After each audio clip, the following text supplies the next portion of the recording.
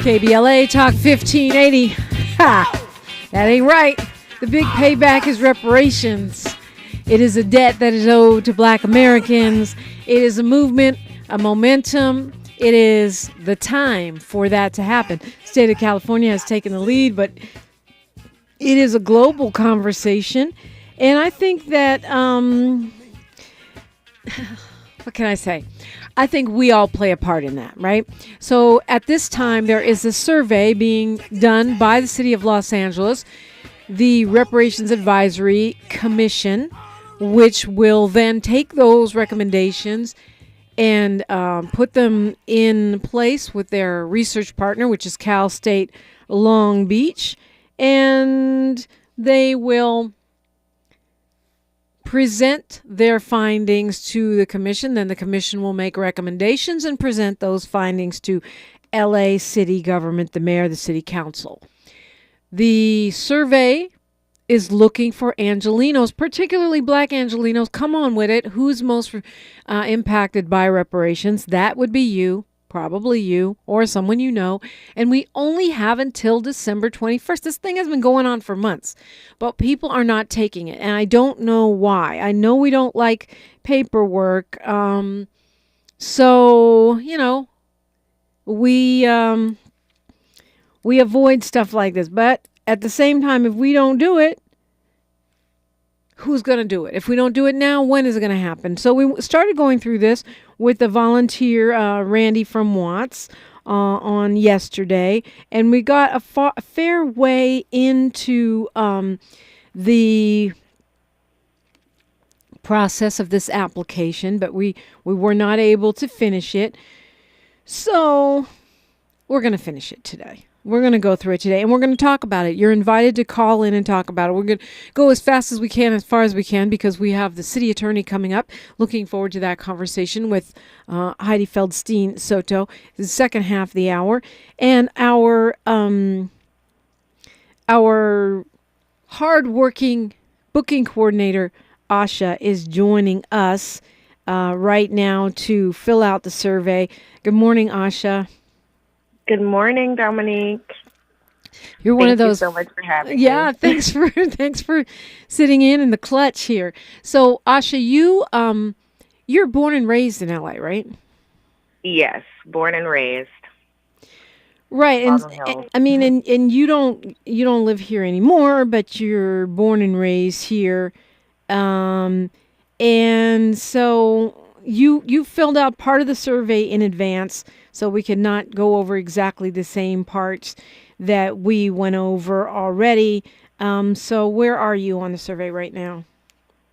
Right now I'm on page 5, which is asking about state-sanctioned enslavement in Los Angeles and my family history related to that. So when you read it, is how I mean, as you've gone through it this far, how has it impacted you? Honestly, it's opening up some doors that I didn't even consider in the conversation of reparations. The education component, the healthcare component, the housing component, seeing all of those components in one survey is really illustrating how big of how impacted we as Black Angelenos have been by the institution of slavery, and it is a hard survey to take, considering the fact that, you know, my grandmother moved to LA when she was 5 years old in the Great Migration, and you learn all of these big concepts in school, hopefully, but now I'm having to dig in deep personally and understand how the institution of slavery and racism in America has uniquely affected my experience and my experience as a Black Angeleno. I think it's a great funnel for the scope. So, KBLA delegation, if you feel like it, go to blackexperiencela.com right now. Scroll down to the bottom of the page and you'll see Take the Survey. And you can go through it with us. If not, look at it as an intellectual exercise and join with Asha as she bravely shares her journey with us. So, This part of the survey is state-sanctioned civil discrimination. Is that where you are? State-sanctioned enslavement. So, Okay. yeah. The Okay. question is, are you aware of members of your lineage being impacted by the following prior to 1865 while living in the city of Los Angeles? And the choices are enslaved in the state of California, fugitive state laws, confiscated land and homes, seized assets, and racial violence. Right. So did you answer yes to any of these? Because these are in California prior to 1865, right? Yeah, I had to answer unsure to all of these because I Ah. have no idea. Okay, that's fair. And I love that they give us that option Yeah. of unsure. Okay, so now we're on to page 6, Mhm. state-sanctioned civil discrimination. And this is where Mhm. you and or members of your family impacted by the following state-authorized policies and or practices while living in the city of Los Angeles from 1866 to 1968. This is kind of where we left off with Randy yesterday. Mhm. And did you answer yes to any of these or unsure to all of these as well? It includes racially restrictive housing covenants, school segregation, lending discrimination, redlining, voter suppression, including felony disenfranchisement, which I thought was interesting, loss of voting rights, union denial, political disenfranchisement, employment discrimination, confiscated land or homes, seized assets, denied access to hospital, denied access to quality health care, police discrimination and harassment, police brutality, or racial violence. And this is going all the way through 1968. Yeah, so I answered yes to most of these, with the exception of union denial, um, denied access to hospital, and denied access to quality health care.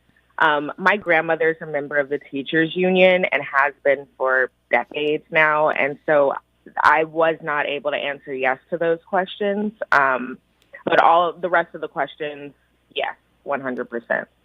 Wow, that's interesting because I guess because your family's roots go back far enough in the state to where that would be impactful. Hmm. Now we go to African American Experience in LA survey, and this is, I guess, the next page is continuing. No, this is what, if any of the following have affected you or your family while living in the city of LA at any period in time, right? And I don't know. You want to go through these? Yeah.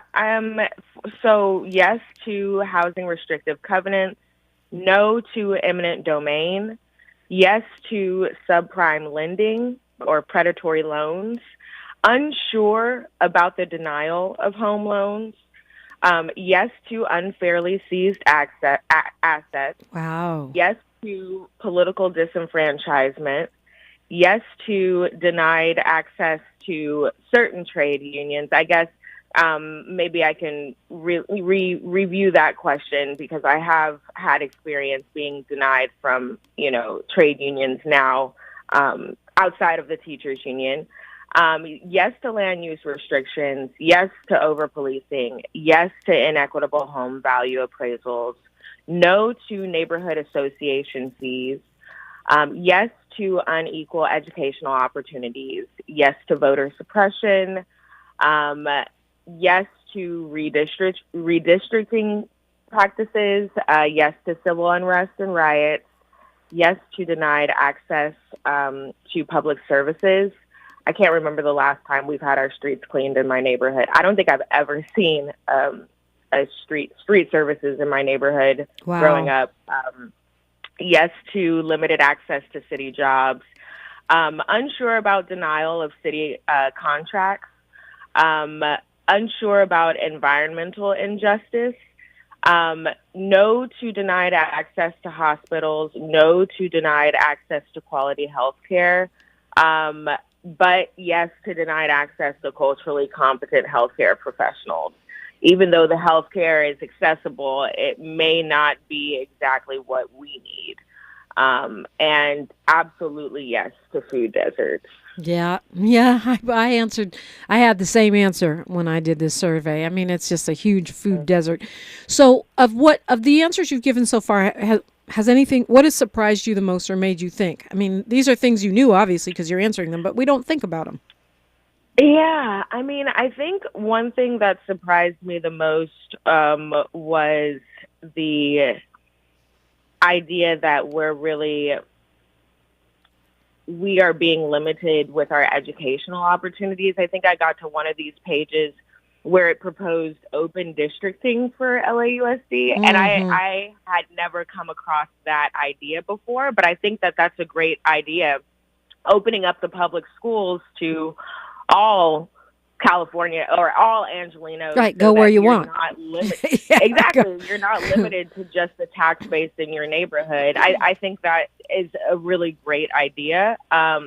I also was struck by how negatively affected I've been in the housing market. As a millennial, we know what the prospects for, home ownership is, and are for my generation, and it's not looking good. I wouldn't be able to afford a home in my neighborhood, anywhere in my neighborhood. I'd have to go to the way outskirts boondocks of Los Angeles, just to find somewhere affordable to live.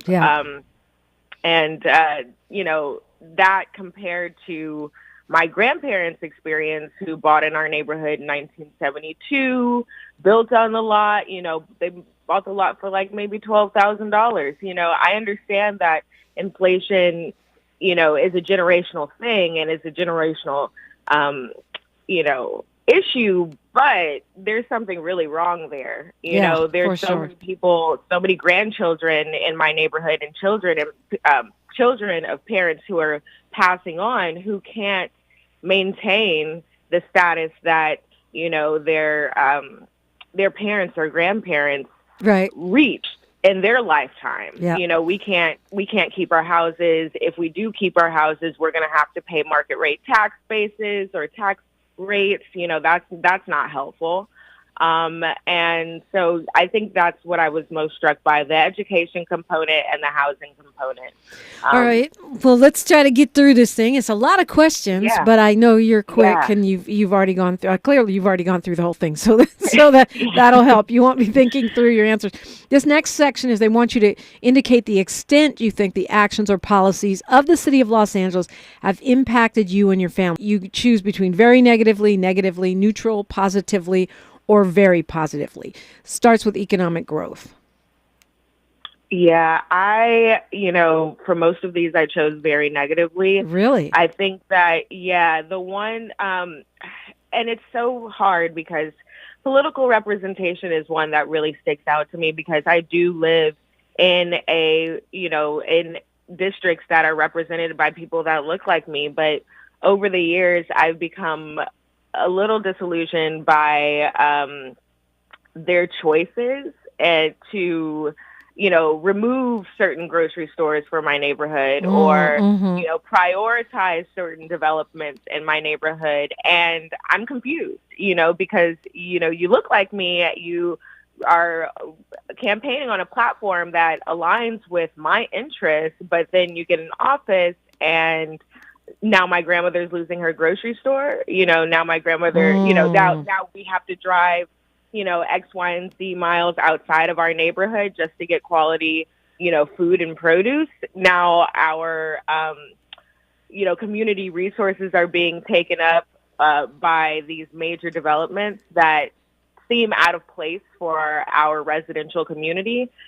Something's not clicking for me here. So I am stopping on political representation, and I am judging that, negatively, because I don't think that the interests that, our politicians have in our community align necessarily with my outlook. Okay, so for those of you filling this out, Asha has wrote written that she was impacted, her and her family were impacted very negatively by economic growth, policies from the city around economic growth, access to education, home ownership, housing, health and well-being, food access, access to city contracts, transportation, law enforcement, legal policies, access to community resources, civil rights, political representation, community development, land use, home value appraisal, business ownership, and environmental protection regulations.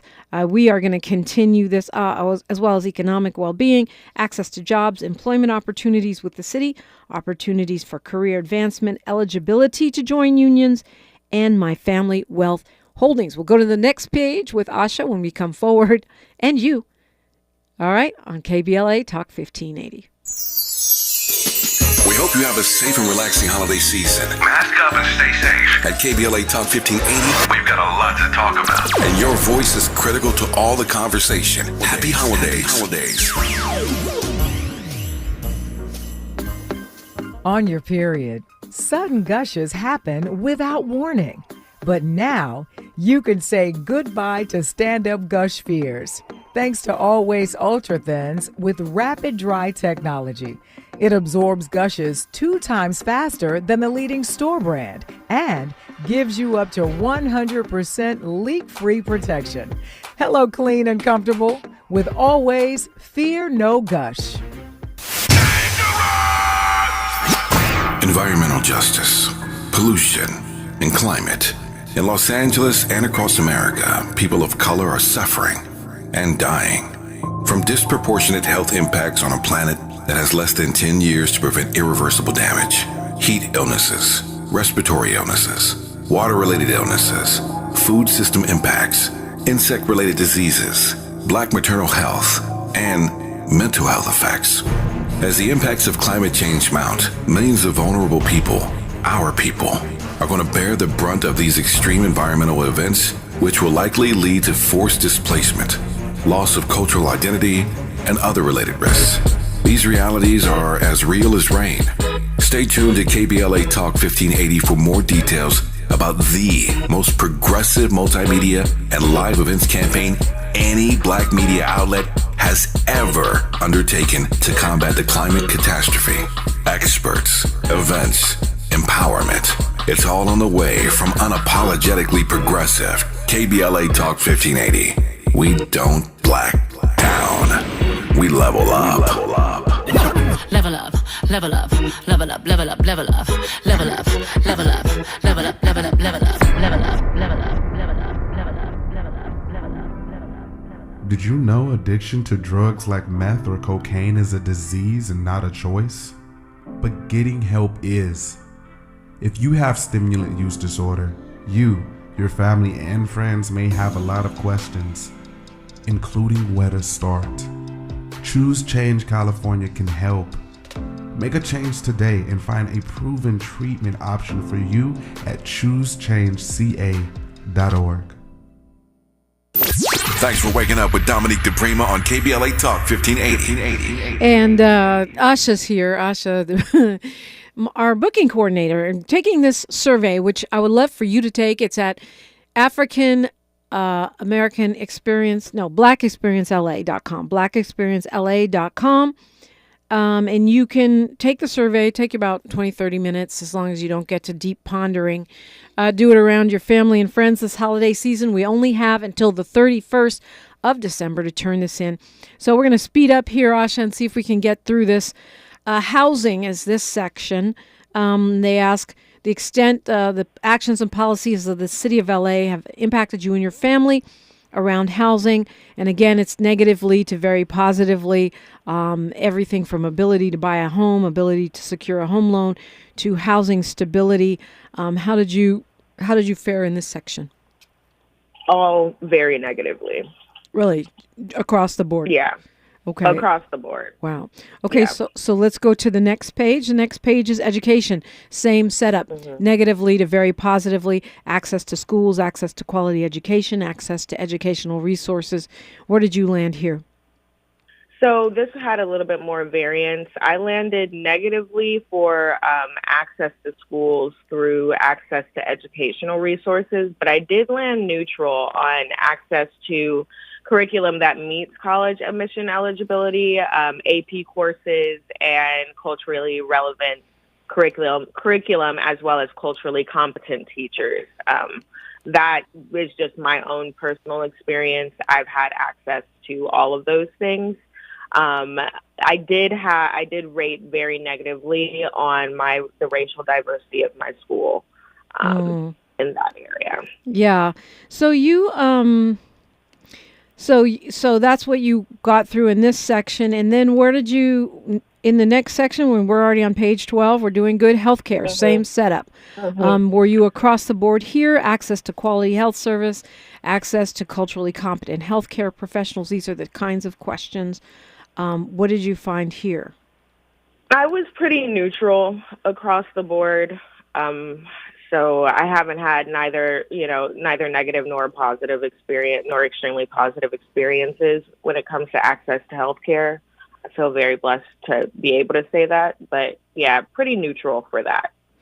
Okay, so we're moving on to the next page, which is neighborhood resources. Experiences, policies in impacting your life and your family's life, same thing, starting with access to parks, access to quality grocery stores, access to healthy food options, and the like. Yeah, the only section that I put neutral on was access to parks. Everything else, I felt I was either negatively or very, very negatively affected by the city's policies surrounding these community resources. Wow, okay. And now we're on to page 14. It's the same kind of, so it's actually a continuation here, but we're talking about economic benefits, education benefits, and equitable distribution of resources, employment benefits, housing benefits. Is there anything you would highlight here? Well, I would just highlight the fact that I appreciate this scale, deciding what you think is most appropriate to what you think is least appropriate when it comes to addressing restorative justice. I appreciate being able to grade these different issues based on my experience, but I'd be interested to see how it's extrapolated with the data. Yeah, this is really what I was wanting to get to, is what is repair? What does restitution look like? So you get to say from least appropriate to most appropriate, and like, for example, economic benefits. Where did you rate that? I rated that most appropriate. Economic benefits, education benefits, as well as employment benefits, and healthcare and housing, those are all most important to me. You know, monuments added or removed, that's least, or less appropriate for me. Had we lived in a more southern town, maybe that would be higher on my list. Yeah. But in Los Angeles, I don't necessarily see the vestiges of, enslavement as I walk around, whereas that might be different elsewhere. What about an apology? Because I that was the one I struggled with, because I thought apology is good if it makes it more likely that we'll have the legal wins for reparations than apology, but it's also something empty about it. Mm-hmm. I mean, it'd be nice. I did rate that as neutral. I mean, it'd be nice, but it's not high on my list. I mean, if that's the least that they can give us, then at least give us an apology. But I think that subsidized or free services and restoration of unfairly seized assets definitely rates higher above that. Higher. Oh, and historic preservation of Black communities. I think that's really important. That was most appropriate for me. Yeah, I mean, that is our actual survival in the city. And then they go on with monetary payments, which seems very similar to economic. Debt forgiveness programs, where did you put that? Most appropriate. What about financial literacy? Most appropriate. Absolutely most appropriate. What about employment assistance programs? I think that's more appropriate. I'd like to see how they weave in existing employment assisting programs into this restorative justice element. I think that there is room there for collaborative efforts. What about, I think this is controversial but interesting, reduced personal income taxes? I saw that and I stopped in my tracks. I'd never considered that. I mean, that's a hard one for me. I put it as neutral because I don't know if I have any strong feelings one way or another right now about it. I feel like I'd have to do some more pondering over the equitability of that. Am I even concerned about the equitability of that when it comes to reparations? I don't think so. I don't know. But that's definitely something I'm thinking about. Well, yeah. I mean, we don't have time to go into depth, but also on this list is open district access to LAUSD schools, which you mentioned. So I know you put most appropriate for that. Anything else you put most appropriate to that you want to highlight right now? Yeah, free college tuition for both undergrad and grad for public universities in the city of Los Angeles. I think that is most appropriate. And student loan forgiveness. I agree with both of those because having a level playing field means walking away with no debt, just like other kids would. Asha, thank you so much for sharing your survey with us and also for taking the survey. Absolutely. Thank you, Dominique. We are talking to the Los Angeles City Attorney when we come forward on KBLA Talk 1580. She's reclaiming her time on KBLA Talk 1580. More First Things First with Dominique DiPrima when we come forward. I'm Mike Moore. Here's the latest from the Black Information Network. The Israel-Hamas war is raging on in the Gaza Strip. Talks around securing another hostage deal that would include a pause in fighting appear to be at a standstill, although the Biden administration remains hopeful for a breakthrough. According to human rights advocates and aid groups, the majority of Gaza's population has been displaced since the fighting began, and around half face starvation. A Confederate memorial currently located at the Arlington National Cemetery is being moved. Officials at the cemetery say the statue should be gone by the end of the week, despite opposition by Republican members of Congress and Virginia Governor Glenn Youngkin. The statue has been located at the cemetery since 1914. And that's the latest. I'm Mike Moore from your 24/7 news source, the Black Information Network and BINnews.com. Need money for the holidays? Avoid the yikes before Christmas. Hurry into Jackson Hewitt for a holiday loan on your tax refund, up to $1,000. Early refund advance offered to eligible clients. Application required. Finance charge applies. Loans by Republic Bank. Details at jacksonhewitt.com. This is the KBLA Sports Minute with Ray Richardson. 8 straight wins for the Clippers, their longest winning streak since the 2015-16 season. The Clippers scored 151 points at Indiana last night. They win by 24. The Clippers are 13-3 since November 14th. 35 points and 9 assists for James Harden. Kawhi Leonard had 28, 27 for Paul George. Keep your radar up on the Clippers. If these dudes can stay healthy, the Clippers will be a legitimate contender for the Western Conference title. The news is not as good for the Lakers. They are 1-3 since winning the in-season tournament. They lose by 5 last night at home to the New York Knicks. The Knicks got 38 points off their bench. Good games from Anthony Davis and LeBron in the loss. 32 points and 14 rebounds for AD. LeBron put up a triple-double with 32 points, 11 rebounds, and 11 assists. No debates, no speculation, just the info you need. That's your KBLA Sports Minute. I'm Ray Richardson on KBLA Talk 1580. It's the gift-giving season, and we have a gift for you. Visit us online at KBLA.store for holiday savings of 20% off all of our KBLA swag. For the best in merch, gift ideas, books, media, and more, log on to KBLA.store right now. And be sure to check out our KBLA team favorites at KBLA.store today. That's KBLA.store for all our official merch on your favorite talk radio station, KBLA Talk 1580, at 20% off, but only during the holiday season. Happy holidays. Ho, ho, ho! Merry Christmas! They are our love bugs and companions. They are our pets, our family, and they make life better. When we face unexpected challenges, so do our pets. That's why we're on a mission to support people and their pets. Whether donating a bag of kibble, sharing an Instagram post of a lost cat, or welcoming a foster pet into your home, every bit of kindness counts. Visit petsandpeopletogether.org to learn how to be a helper in your community. Brought to you by Maddie's Fund, the Humane Society of the United States, and the Ad Council. Do you have both Medi-Cal and Medicare?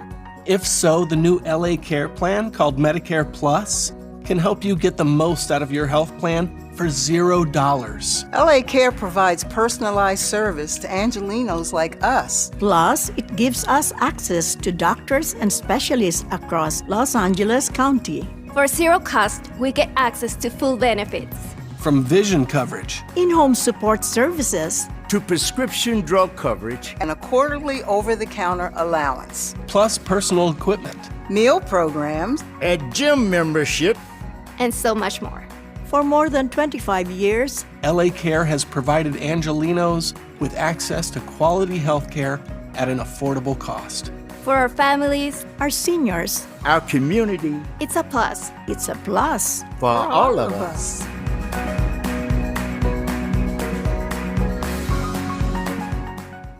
KBLA Talk 1580 is the exclusive media sponsor of this light of ours, activist photographers of the Civil Rights Movement. A dynamic new exhibition on view now at the Skirball Cultural Center in Los Angeles. This light of ours showcases more than 150 photos taken by movement insiders from diverse backgrounds that reveal the vital work undertaken by a broad coalition of organizers and everyday people whose collective action changed America.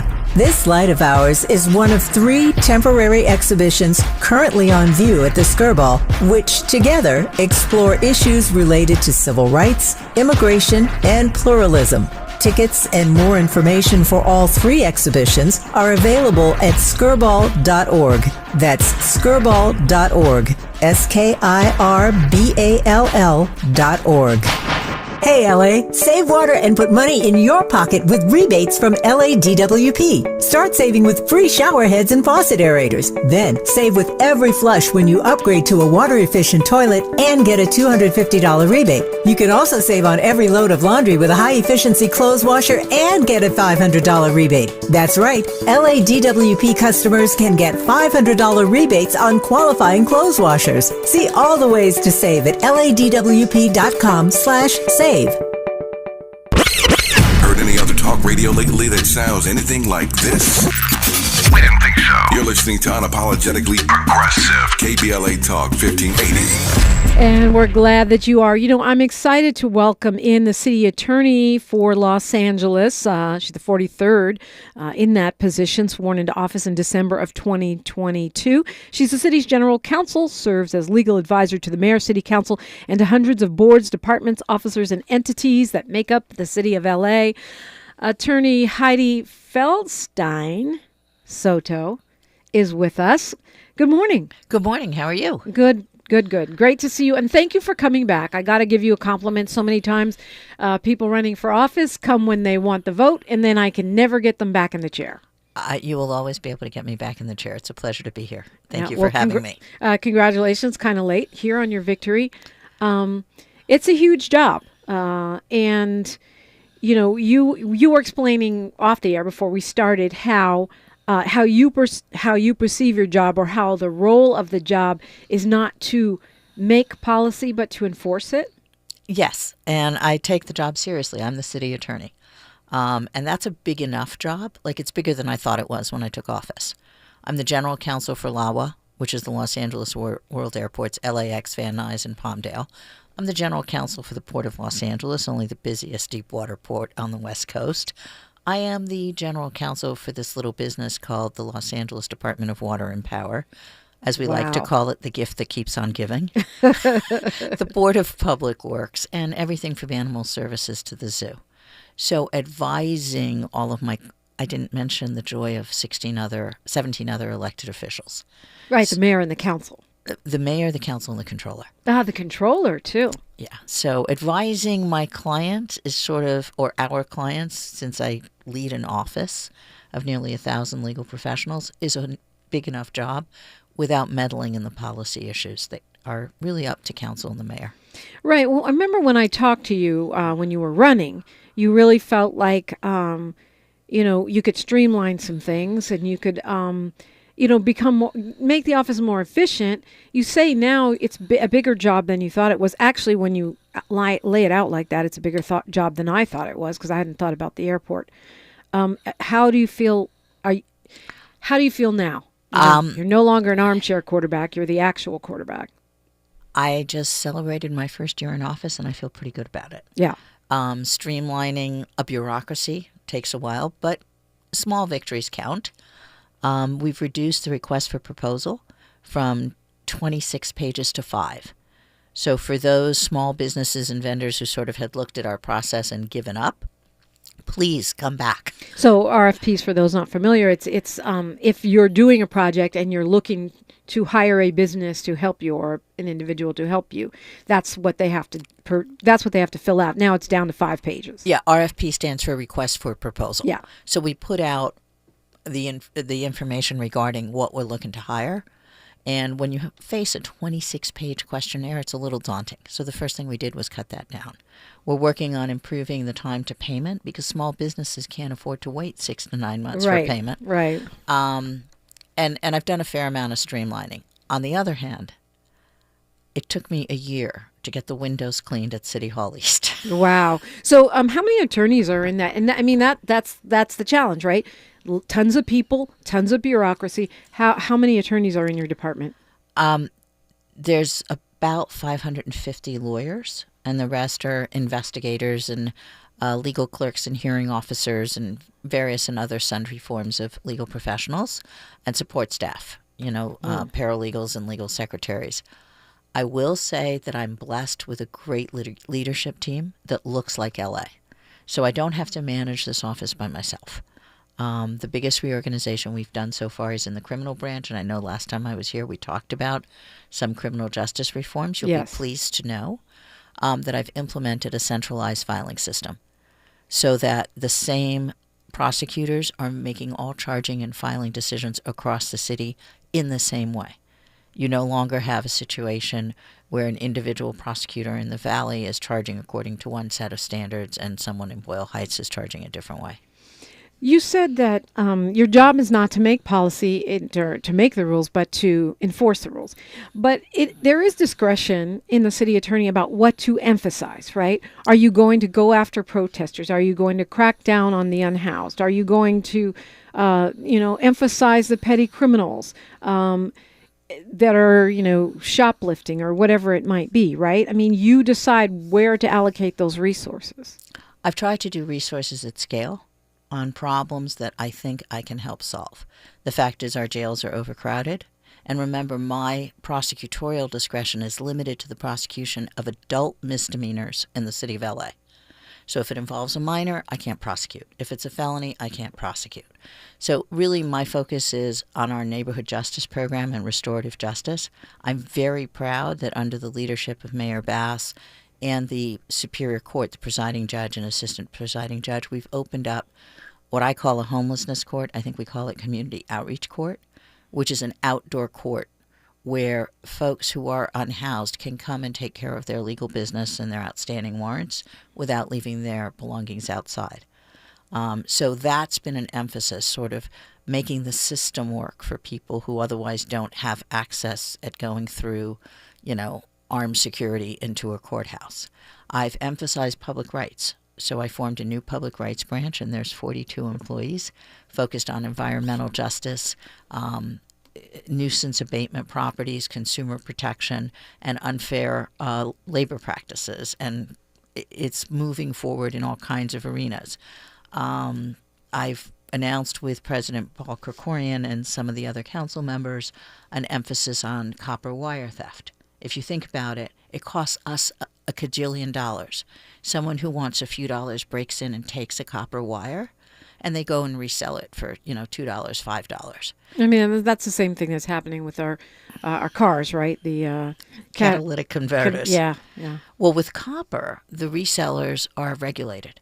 I see. So my office has sent out 661 letters to copper resellers saying, stop doing business illegally, stop paying cash to people who come in with used wire, and give us the 3 days to report, get the driver's license or identifying information like you're supposed to. And if we can dry up the demand for the stolen copper wire, we will have a deterrent effect on the theft.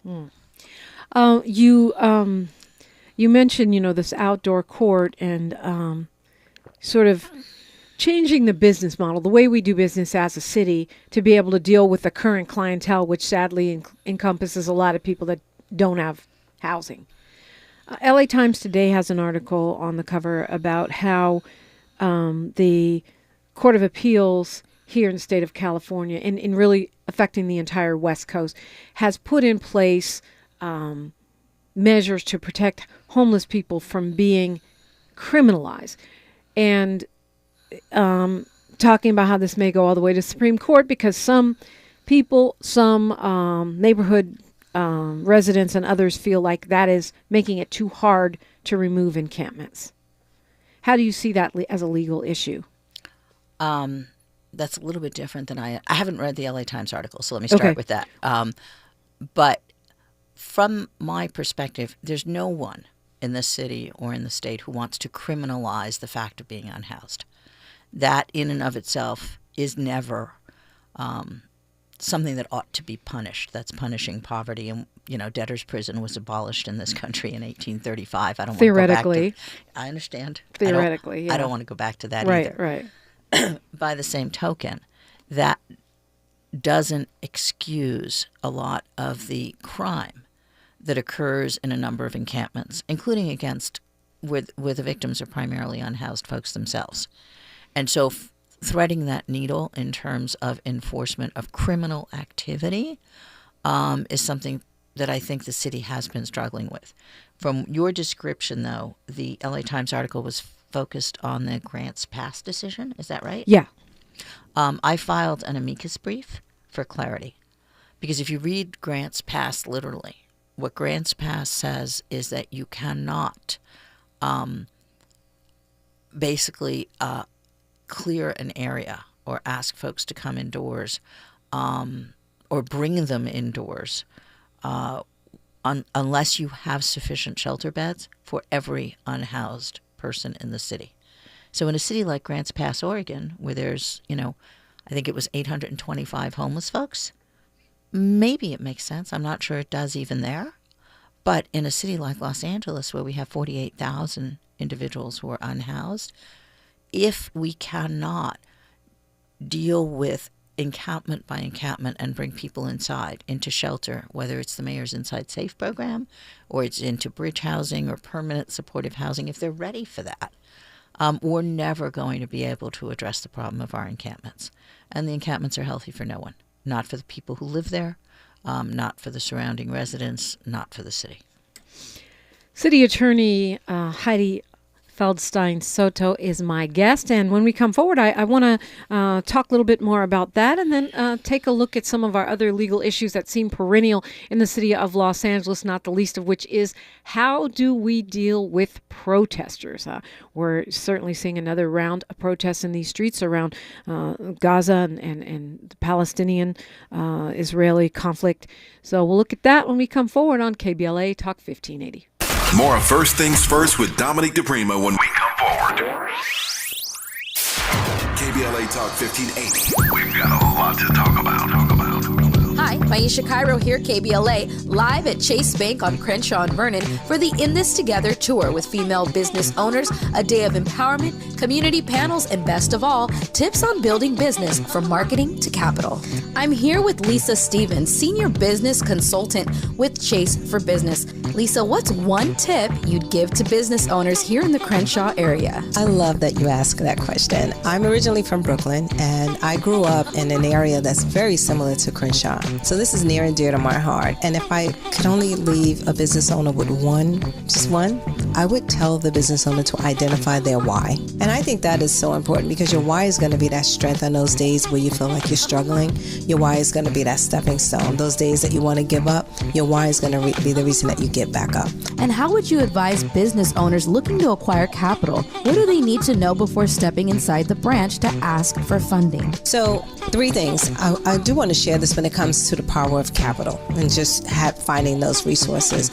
understand that capital is a three-part of a business, right? It's not always about the monetary piece, but if you first put that intellectual, right, what do I need to know? That social, who I need to know, that will help you to then package for that monetary piece. So no matter who you're banking with, you should know your banker. Never walk into a bank and you're transactional only. It's just like Lisa to drop gems. I'm Aisha Cairo in the community for KBLA with JP Morgan Chase. For all of us, this generation and the next, there is simply no place in our lives for litter. And yet, it's everywhere we look, and unfortunately, it does belong to all of us. So let's come together and create a litter-free, clean California once and for all. Remember to properly dispose of your trash and recycling. Secure truckloads with tarps to keep debris from flying out. Clean out your car when you're at the gas station. Take pride in your community by organizing a cleanup event or join a cleanup event near you. Zero litter is the goal. Join us at cleanca.com. That's cleanca.com. Let's do it together. Brought to you by Caltrans. cleanca.com. Day one, the hardest day. The day you hear, "This is a type of blood cancer." But day one is just one day. At the Leukemia and Lymphoma Society, we are here to help you move past day one. On day 45, I discovered an online community who shared great tips for in-treatment care. On day 185, LLS helped me file my insurance claims properly. To learn more and get help on day 2, day 28, or any day, please visit LLS.org or call 1-800-955-4572. My ride smells just right, just right, just right, just right. Y'all gotta try that Febreze car. Just right, just right, just right, yeah. La la la la la. With up to 40 days of consistency, all over Febreze car clips right on your vent. You know my car's my happy place. Keep that smile on my face when it smells just right, just right, just right. Yeah, breathe happy Febreze. La la la la. This is KBLA Talk 1580, where hate loses and love wins. And the city attorney for the city of Los Angeles is in the building. Thank you for coming in and sitting with us this morning. It's much appreciated.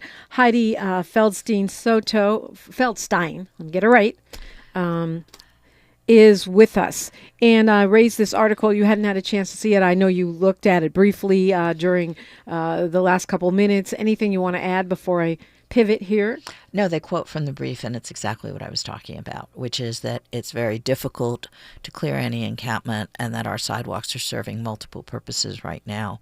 And that while I believe, and I think our entire city believes, that you have to offer services and care with compassion and bring people indoors, we also have to be able to do that encampment by encampment. We can't wait and just let the problem keep growing. Right, until we have all the housing. At the same time, you said you don't think anybody wants to criminalize houselessness. I don't know if I agree with that, because, I mean, I feel like some impatient business owners and some within law enforcement would rather just, we've got the Olympics, we've got the World Cup, rather just sweep it up and get it out of sight, out of mind. There's a difference between wanting to be able to bring people indoors, albeit from clearing an area involuntarily, and criminalization. Okay, to me, criminalization is arrest with the possibility of prosecution. Absolutely, but a lot of times that's what we've done in the past to clear those encampments. I think it's been an awfully long time since we've arrested anybody in the city of LA for the mere fact of being homeless. Okay, well, I hope that's true. I hope so too. Yeah, because if not, let me know. Is there something that you think you're tougher on than past city attorneys, and something that you think is less of a priority for you? I believe in enforcing the laws as written, so long as they're constitutional. So if council passes something, I'm not going to substitute my judgment for what they've determined is appropriate. You and I were talking briefly about protesters. Right. It is unconstitutional to criminalize peaceful protests. Okay, we all have the right to protest and petition our government. We all have the right to make our voices heard. However, we do not have the right to shut down freeways. We do not have the right to throw smoke bombs and, other kinds of objects at people or on private property. And we don't have the right to jostle or attack or surround or intimidate or assault individuals headed into an event. And so from my perspective, it's not a change in policy. It's a question of how do you define a peaceful protest. And as with the encampments, okay, simply standing there and protesting and yelling and getting attention, that's not going to be actionable. And there are a number of, for example, we had the hot summer of labor. There were no arrests unless they were invited, right? Right. But you counseled, at least the LA Times says, you counseled electeds not to march with union Let me stripes. unequivocally say that is a mischaracterization of an attorney-client privilege communication. I can't tell you what was in the letter because that would be a violation of the privilege, and one of my clients leaked it to the Times. But what you just said is not true. That is not what's in the letter. You can't say that. You can't say what it was, but Correct. You can't say. I can say that the characterization in the newspaper was inaccurate. Okay. So, yeah, we only have a few more minutes, so I'm going to leave that there. I'm glad I spoke to you about it directly. But when it comes to protests, it can be a little more complex than that, right? Because I'm a protester myself many times, and things happen. You know, you've got counter protesters, you've got cops pushing people, jostling them and harassing them as they go in and out of events. You have, things that escalate. And also sometimes, well, let's start there. So it's not always that clear cut, right? That's why I have a centralized filing system, and that's why I don't get involved in individual decisions. Mm-hmm. We have a team of lawyers who charge matters across the city.